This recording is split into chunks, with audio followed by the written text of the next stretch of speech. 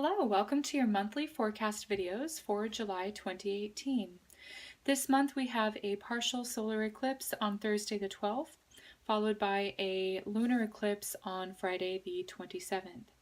So for this video, I will be using the Fairy Tarot Oracle cards by Doreen Virtue and the Rider-Waite Tarot for your messages.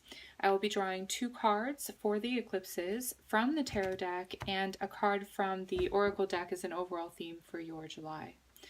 Okay, so let's get started with your readings. Scorpio, let's see what July has in store for you.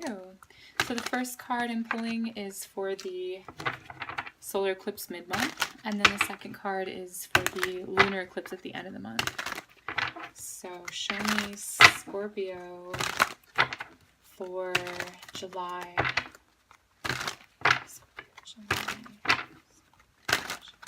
Okay. There we go. Wow. Okay. 2 very strong personalities here with the King of Wands and the King of Swords. Now, it doesn't necessarily matter with the gender. If you're a man or a woman watching, it does not matter. The Kings are cardinal signs, so they're very ambitious, okay? They're very, they're good at initiating things, self-starters. They're very motivated. They can really influence people, and that's what I'm hearing is about being influenced or influencing others. And I feel like it's going to be a little bit of both that you're going to experience this month. So it's like 2 sides of the same coin with the being influenced and influencing other people. So I actually see this as more representing you. The King of Wands, it's Aries. Aries is ruled because it's cardinal fire, right? Cardinal fire is Aries. Now, Aries is ruled by Mars. Mars also rules Scorpio with the traditional planetary rulership. So I see this is likened to Mars energy. You have a lot of fuel, a lot of fire, a lot of passion, and it's, you know, you may be feeling really motivated to initiate or start something new. I get like a lot of fire signs too. I'm seeing even like Leo's in the background too. So that's like fixed fire. You may be working with a Leo or an Aries. Either way, it just looks like you're ready to begin something. You're feeling fired up. There's a lot of energy there that you have to sort of expend or get rid of. Some of you may be working out more. Some of you just may be doing more during your day. Great. So either way, then it looks like at the end of the month, you've got the King of Swords. Now, this may still be you. It could be a different aspect of you that's a little bit more cerebral, a little bit more mental in your mind than like the fire in the gut or the soul. Either way, it's a pretty good balance here. You're still initiating things, but it looks like instead of just like feeling the burn or feeling the passion of just to get moving, it does look like you then come up with a plan. It's interesting. I'm seeing action, then plan. Feels like it should be the other way around. Maybe it's not appropriate in this case. Maybe it's supposed to be this way, but it's like, you know, act first, think later is what I'm seeing here. And you may be second guessing your actions. That's another thing that I'm seeing here. You may be sort of then pausing and going, wait a minute, was that a good choice? Was that a good move? The King of Swords is also of a split mind. So you're like, well, maybe it was, maybe it wasn't. I don't know. And I see a little bit like kind of trying to figure that one out.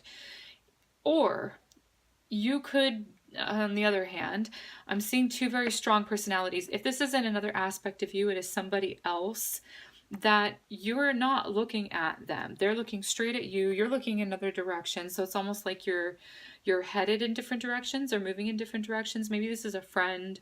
Maybe it's a colleague. Maybe it's a boss. Maybe it's a lover. Either way, this is coming between you. You've got the 10 of Swords, which is an ending, okay? Maybe you don't trust this person whoever it is that you're dealing with to not sort of like to, you don't trust them to not throw you under the bus or betray you in some way, because this is a card of betrayal and endings. Either way, I'm seeing you're like a little bit insecure with this person's motives. So whether you resonate more with the King of Wands or the King of Swords energy, it just looks like, you know, looks like you could have a falling out with somebody this month that maybe you thought you could trust, or maybe you never thought you could trust them, but it's just like, okay, now is the point of reckoning.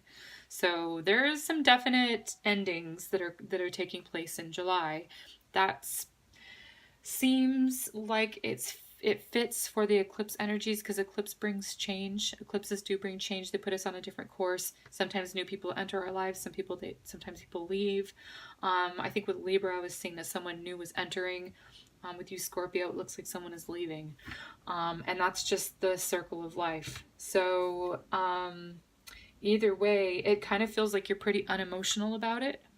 Because you're taking a logical standpoint, you're taking a logical approach, and you're saying, yeah, well, I see things from both sides, but I still am choosing to move on. It may be your choice. Maybe it's your choice to end things. Either way, that's kind of what I'm seeing for you.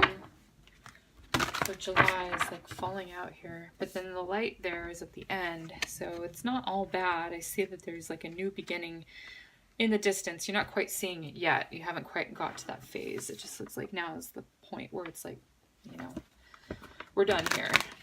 Okay, so I'm going to pull a card of advice for the Scorpio people.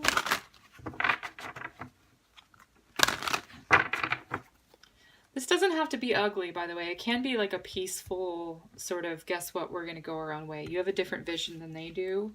And it's like you guys could just agree to disagree. Okay. What is the advice here? It's this card. Feels work related to me. So, okay. This is interesting as well, because the Eight of Pentacles is usually about work. Looks like you're taking advice from someone older in the picture here. Okay. Okay, so it says do more research before proceeding. Education in the form of seminars, going back to school, or apprenticeships. Excellent craftsmanship and long-term projects. What I'm seeing here is like doing more research before proceeding. That's similar to what I was getting with like the act first, think later sort of vibe here.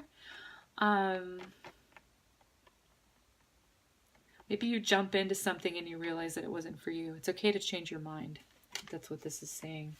I have to do something with school or work, since education is coming up here.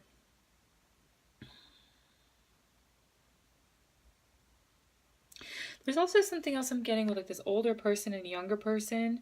When I was saying that you and this other person were looking in different directions, it almost feels as though you're like generations apart.